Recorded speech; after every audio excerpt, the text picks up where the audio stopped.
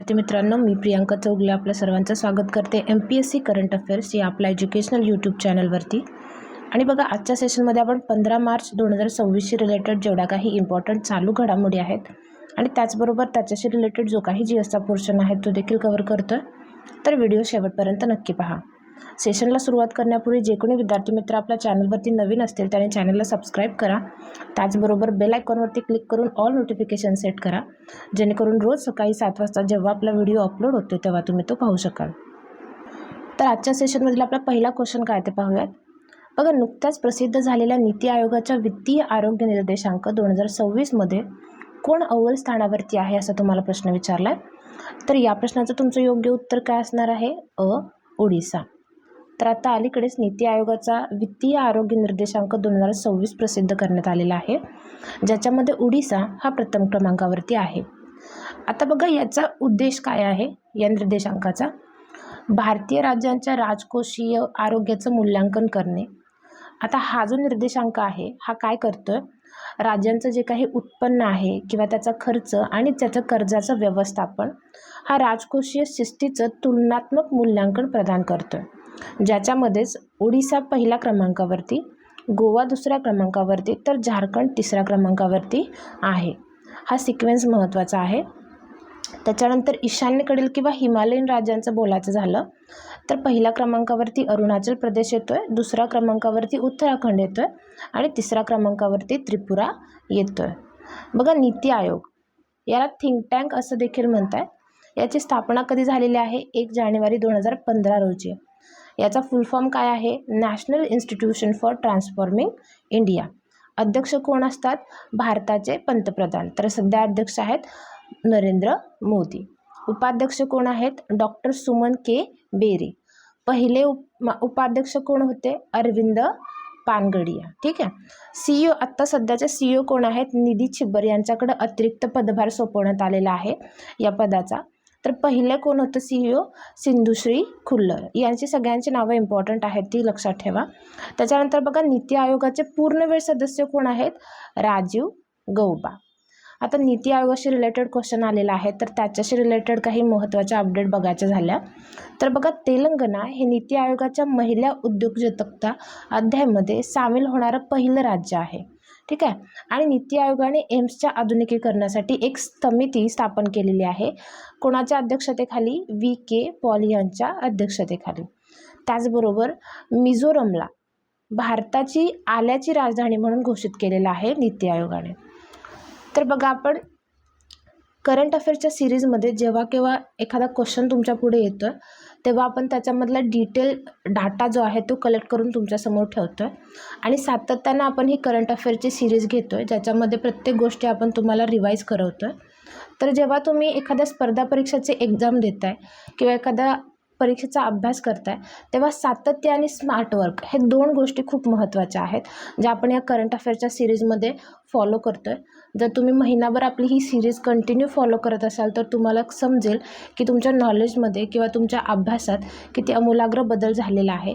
तर व्हिडिओचे जे काही व्हिडिओ आहेत आपले ते शेवटपर्यंत पाहत चला आणि ज्या महत्त्वाच्या पॉईंट्स तुम्हाला वाटत आहेत ते नेहमी एका नोटपॅडवरती नोट करून ठेवत चला, ज्याचा तुम्हाला परीक्षेच्या काळामध्ये अत्यंत उपयोग होणार आहे. आणि व्हिडिओ आवडत असल्यास व्हिडिओला लाईक देखील करत चला.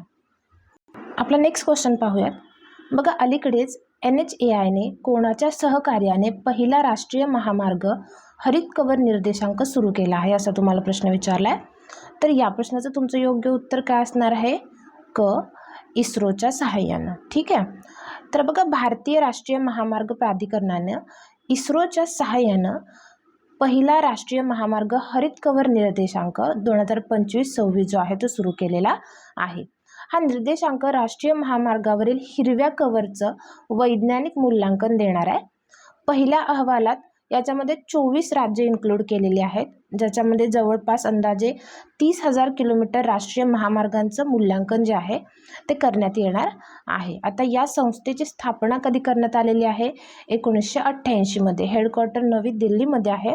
तर अध्यक्ष कोण आहेत? संतोष कृष्ण यादव हे आहेत. ठीक आहे.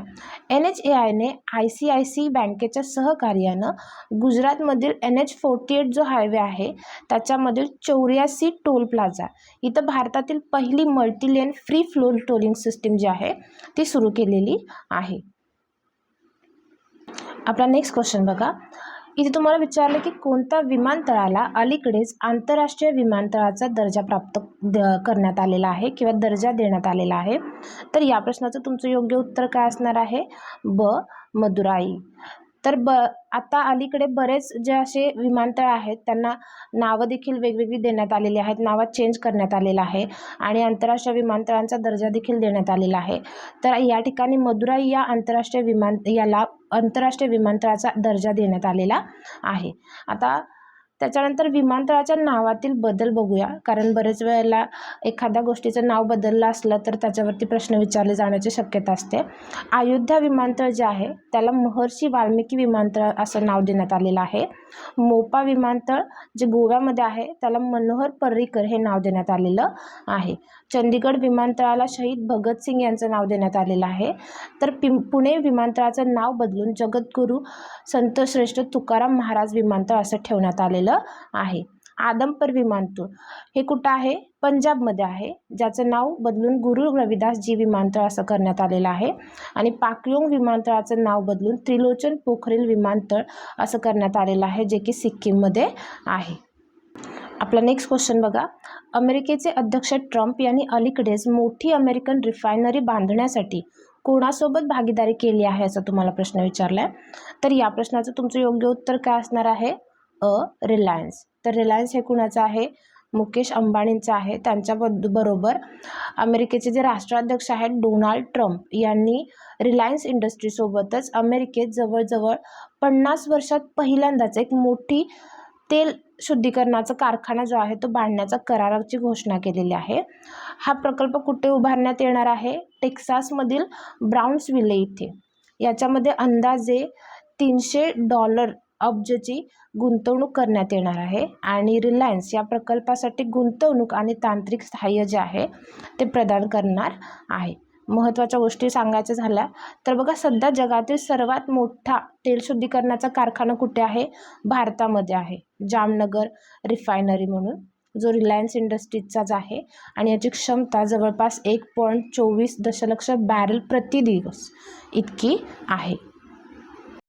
आपला नेक्स्ट क्वेश्चन बघा. जागतिक मूत्रपिंड दिन अलीकडेच कधी साजरा करण्यात आला असं तुम्हाला प्रश्न विचारला आहे. तर या प्रश्नाचं तुमचं योग्य उत्तर काय असणार आहे? ड. 12 मार्च. तर इम्पॉर्टंट डेटशी रिलेटेड क्वेश्चन आलेला आहे बघा. आता या दिवसाचं महत्त्व काय आहे आणि का या दिवशी साजरा करतोय आपण ते बघूयात. बघा, जागतिक मूत्रपिंड दिन 2026 हा दरवर्षी मार्च महिन्याच्या दुसऱ्या गुरुवारी साजरा करतो. यावर्षी आपण तो 12 मार्चला साजरा केलेला आहे. उद्देश काय आहे? मूत्रपिंडाच्या आरोग्याबद्दल एक जागरूकता निर्माण करणं आणि त्याच्या आजारापासून बचाव करण्याबद्दल माहिती देणं हे त्याचा प्रमुख उद्देश आहे. जेव्हा केव्हा इम्पॉर्टंट डेटशी रिलेटेड क्वेश्चन येतो तेव्हा थीम महत्त्वाची असते. तर kidney health for all, caring for people, protecting the planet अशी या वर्षीची या दिवसाची थीम होती. आता बघा, इम्पॉर्टंट डेटशी रिलेटेड जेव्हा आपल्याला क्वेश्चन येतोय तेव्हा आपण त्या महिन्यातले सगळे जे दिनविशेष आहेत, इम्पॉर्टंट डेज जे परीक्षेला विचारले जाण्याची शक्यता असते ते आपण प्रत्येक क्वेश्चनमध्ये रिवाईज करतोय. आत्तापर्यंत जर तुम्ही ही सिरीज फॉलो करत असाल तर तुम्हाला लक्षात आलंच असेल की आत्तापर्यंत ह्या महिन्यातले दिवस आपण जेव्हा घेतले तेव्हा तुमचे ते रिवाईज झालेत आणि आत्तापर्यंत ते तुम्हाला पाठच झाले असतील. तर पुन्हा एकदा ते रिवाईज करूयात. बघा, 1 मार्चला आपण जागतिक नागरी संरक्षण दिन, त्याचबरोबर शून्य भेदभाव दिन साजरा करतोय. 3 मार्चला जागतिक वन्यजीव दिन, 4 मार्चला राष्ट्रीय सुरक्षा दिन, 8 मार्चला आंतरराष्ट्रीय महिला दिन साजरा केलेला आहे आपण. त्याचबरोबर धूम्रपान निषेध दिन देखील साजरा करतोय. बघा, 12 मार्चला CISF स्थापना दिन असतो आणि दांडी मार्च वर्धापन दिन देखील असतो. 15 मार्चला जागतिक ग्राहक हक्क दिन आणि नद्यांसाठी आंतरराष्ट्रीय कृती दिन साजरा करतोय. 16 मार्चला राष्ट्रीय लसीकरण दिन, 20 मार्चला जागतिक चमनी दिवस आणि 20 मार्चलाच आंतरराष्ट्रीय आनंद दिन देखील आपण साजरा करतोय. 22 मार्चला बघा जागतिक जल दिन, 23 मार्चला जागतिक हवामान दिन आणि शहीद दिन साजरा करतोय.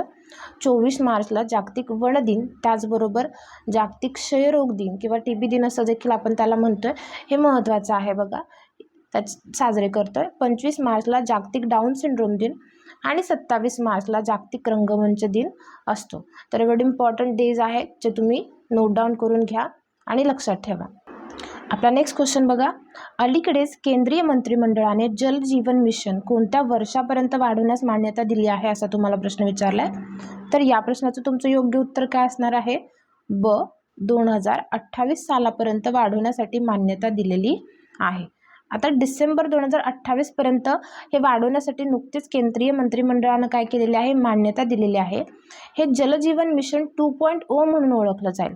आता याचं उद्दिष्ट काय आहे? ग्रामीण भागात जे लोक राहतात तर प्रत्येक घराला नळांद्वारे सुरक्षित पाणी, पिण्याचं पाणी जे आहे ते पुरवणं हे त्याचं प्रमुख उद्दिष्ट आहे. आता ही जी योजना आहे ती मूळतः 2024 पर्यंत कंप्लीट करायचं त्यांचं नियोजन होतं, पण काही कारणास्तव ती कंप्लीट न झाल्यामुळे आता ती पुन्हा एकदा 2028 पर्यंत वाढवण्याची मान्यता दिलेली आहे. आता हे जलजीवन मिशन जे आहे ते कधी लॉन्च करण्यात आलेलं होतं? 2019ला. आता बघा याच्याशी रिलेटेड काही महत्त्वाचे पॉईंट्स पाहूयात आपण. बघा जागतिक जल फोरम 2024 ठीक आहे, कुठे आयोजित करण्यात आलेलं होतं? बाली, इंडोनेशिया या ठिकाणी. आणि जागतिक जल फोरम 2027चा कुठे होणार आहे? सौदी अरेबिया या ठिकाणी. आता पंतप्रधान मोदींनी जलसंवर्धन जनसहभाग मोहीम जी सुरुवात आहे ती सुरत या ठिकाणावरून केलेली आहे. त्याचबरोबर जलजीवन मिशनमध्ये सौर ऊर्जेच्या नाविन्यपूर्ण वापरासाठी उत्तर प्रदेश सरकारला पंतप्रधानांनी पुरस्कार देऊन सन्मान देखील केलेलं आहे. महाराष्ट्रामध्ये बघा पहिलं पाण्याखालील संग्रहालय उभारण्यात येत आहे. कुठे? सिंधुदुर्ग जिल्ह्यातील निवती या ठिकाणी. आणि 2025चा स्टॉकहोम वॉटर प्राइज कुणाला मिळाला असा जर तुम्हाला परीक्षेला प्रश्न विचारला तर त्याचं योग्य उत्तर काय असणार आहे? गुंटर ब्लोशेल. हे कुठले आहेत? व्हिएन्नाचे आहेत. आपला नेक्स्ट क्वेश्चन बघा. तब्बल 22 वर्षानंतर आशिया कप तिरंदाजी 2027च्या दुसऱ्या लीगचं यजमानपद अलीकडेच कोणत्या भारतीय शहराला मिळालेलं आहे असा तुम्हाला प्रश्न विचारलाय. तर या प्रश्नाचं तुमचं योग्य उत्तर काय असणार आहे? ड. दिल्ली. तर बघा तब्बल 22 वर्षानंतर 2027मध्ये जे आशिया चषक तिरंदाजी होणार आहे त्याचा दुसरा टप्पा हा भारतातील दिल्ली या ठिकाणी होणार आहे. आणि यापूर्वी 2005मध्ये दिल्ली येथे आशियाई तिरंदाजी अजिंक्यपद स्पर्धेचं आयोजन करण्यात आलेलं होतं. आता ही जागतिक तिरंदाजी अजिंक्यपद 2025 जी झालेली आहे ती 5 ते 12 सप्टेंबर या दरम्यान झालेली होती. ग्वांगजू, दक्षिण कोरिया या ठिकाणी त्याचं आयोजन करण्यात आलेलं होतं. आणि याच्यामध्ये भारत जो आहे तो पदक तालिकेत कितव्या क्रमांकावरती होता? 4थ्या क्रमांकावरती होता. हे महत्त्वाचं आहे. आपला नेक्स्ट क्वेश्चन बघा. नवी दिल्ली येथे होणाऱ्या आहार 2026साठी अलीकडेच कोणाला भागीदार देश म्हणून नियुक्त करण्यात आलेला आहे असा तुम्हाला प्रश्न विचारलाय. तर या प्रश्नाचं तुमचं योग्य उत्तर काय असणार आहे? ब. इटलीला. तर इटलीला भागीदार देश म्हणून नियुक्त केलेला आहे. आणि आहार 2026 याचा फुल फॉर्म काय आहे बघा? आंतरराष्ट्रीय फूड अँड हॉस्पिटॅलिटी फेअर असं त्याला नाव देण्यात आलेलं आहे. ही याची कितवी आवृत्ती आहे? 40वी. 10 मार्चपासून 14 मार्चपर्यंत ह्याचं आयोजन करण्यात आलेलं आहे. कुठे? भारत मंडपम, नवी दिल्ली या ठिकाणी. उद्घाटन कोण करणार आहे? केंद्रीय आणि वाणिज्य उद्योग मंत्री पियुष गोयल. आता आयोजन कसं केले बघा? इंडिया ट्रेड प्रमोशन ऑर्गनायझेशन ज्यालाच आपण ITPO असं म्हणतोय आणि अन्न प्रक्रिया उद्योग मंत्रालयाने याचं आयोजन केलेलं आहे, ज्याच्यामध्ये इटली हा भागीदारी देश आहे. आता फूडशी रिलेटेड क्वेश्चन आलेला आहे. तर बघा आपण जागतिक अन्न सुरक्षा दिन कधी साजरा करतोय? 7 जूनला. आणि जागतिक अन्न दिन कधी साजरा करतोय? 16 ऑक्टोबरला. तर याच्यामध्ये कन्फ्युजन होऊ नका. जागतिक अन्न सुरक्षा दिन 7 जून आणि जागतिक अन्न दिन 16 ऑक्टोबर. ठीक आहे. त्याचबरोबर राज्य अन्न सुरक्षा निर्देशांक याच्यामध्ये टॉप कोणी केलेला आहे? केरळनं केलेला आहे. आणि जागतिक अन्न पुरस्कार 2025 कोणाला मिळालेला आहे? मारियांगेला हंगरिया, ब्राझीलच्या आहेत त्या. आपला नेक्स्ट क्वेश्चन बघा. नुकताच भारतीय ऑर्किड महोत्सव 2026 आयोजित करण्यात आला होता. तर तो कुठे आयोजित करण्यात आला होता हा तुम्हाला प्रश्न विचारलाय. तर बघा या प्रश्नाचं तुमचं योग्य उत्तर काय असणार आहे? क. सिक्कीम. तर सिक्कीम या ठिकाणी याचं आयोजन करण्यात आलेलं होतं इंडियन ऑर्किड फेस्टिवलचं. हा राष्ट्रीय स्तरावरील एक फुलांचा महोत्सव आहे जो 7 ते 10 मार्च या दरम्यान ह्याचं आयोजन करण्यात आलेलं होतं सिक्कीममधील पाकयोंग या जिल्ह्यामध्ये. थीम काय होती याची? सौंदर्य आणि समृद्धीसाठी ऑर्किड. आणि उद्दिष्ट काय होतं बघा, भारतात ऑर्किड लागवड आणि फुलशेतीला प्रोत्साहन देणं हे त्याच्या पाठीमागचं महत्त्वाचं उद्दिष्ट होतं. तर आजच्या सेशनमधील आपला शेवटचा क्वेश्चन काय होतो पाहूयात. बघा, भारतातील पहिला मायक्रो LED आधारित टॉवर कुठे बसवण्यात आला आहे असा तुम्हाला प्रश्न विचारला आहे. तर या प्रश्नाचं तुमचं योग्य उत्तर काय असणार आहे? क, नवी दिल्ली या ठिकाणी. महामार्गावरील प्रदूषण कमी करण्यासाठी दिल्लीतील भारतातील पहिला सूक्ष्म शैवाल आधारित AI टॉवर जो आहे तो बसवण्यात आलेला आहे. आणि ही एक नवीन टेक्नॉलॉजी आहे एअर शुद्धीकरणासाठी, जी वाहनांचं उत्सर्जन कमी करण्यासाठी मदत करेल. ठीक आहे. तर बघा विद्यार्थी मित्रांनो, आजचं आपलं लेक्चर इथेच संपत आहे. आय होप लेक्चर तुम्हाला आवडलं असेल. लेक्चरशी रिलेटेड किंवा अदर दॅन दॅट तुम्हाला काहीही करंट अफेअर्सशी रिलेटेड काही क्युरीज असेल तर त्या कमेंट बॉक्समध्ये मेन्शन करत चला. लेक्चर तुम्हाला कसं वाटतं हे देखील कमेंट बॉक्समध्ये मेन्शन करा, जेणेकरून आपल्याला तुमच्या प्रतिक्रिया कळतील. व्हिडिओ आवडत असल्यास व्हिडिओला एक लाईक जरूर करा आणि हा जो व्हिडिओ आहे तो तुमच्या फ्रेंड्ससोबत देखील शेअर करा, जेणेकरून त्यांना देखील याचा फायदा होईल आणि मी देखील जास्तीत जास्त लोकांपर्यंत पोहोचू शकेल. व्हिडिओ पूर्ण पाहिल्याबद्दल धन्यवाद.